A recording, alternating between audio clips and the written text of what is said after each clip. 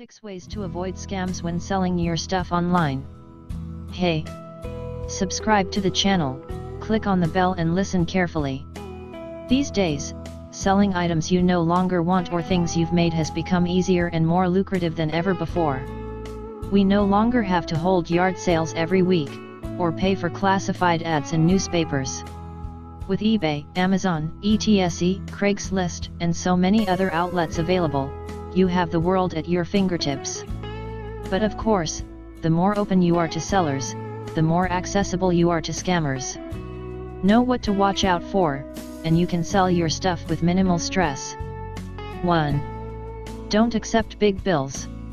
If you're selling on Craigslist, you have to be very careful with cash transactions. Something scammers love to do is present a fake $50 or $100 bill, and take home an item along with a bunch of change. The seller is left holding a worthless note and down a valuable possession.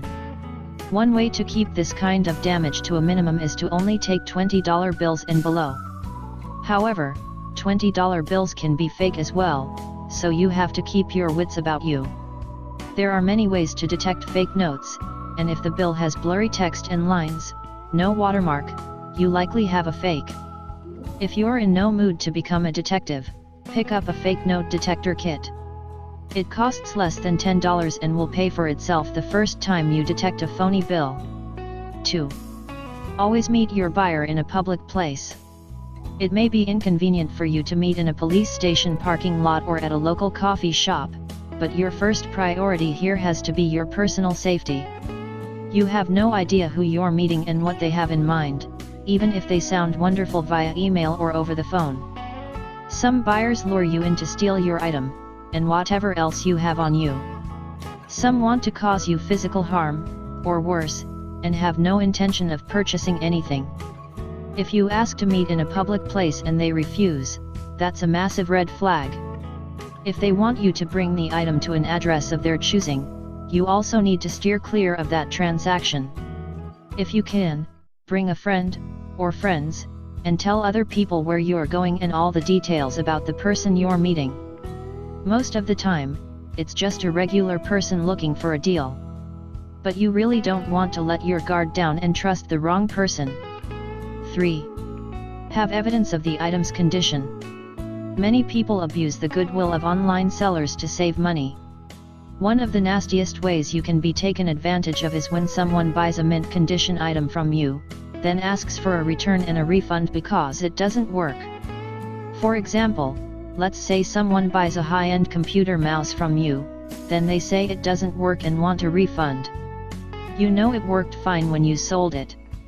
If it's something that costs more than just a few bucks, have evidence of the item working in the listing itself.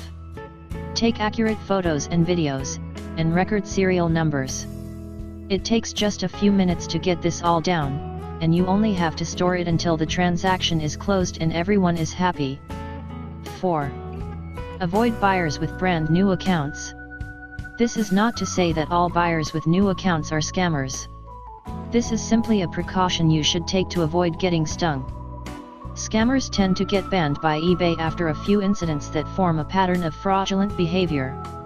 These people will just keep opening new accounts, doing a few returns for broken items, or item not as described before being banned again and continuing the cycle. Luckily, you don't have to weed these buyers out on your own. eBay has settings that let you block certain buyers. 5. Be wary of requests for partial refunds.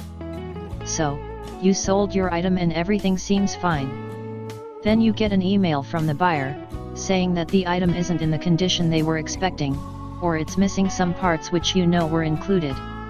But they want to keep the item. They'd just like you to refund their money to make things right. If you're asked to do a partial refund, try and get evidence of the problem.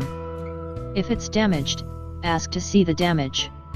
If it doesn't work as described, ask for a video.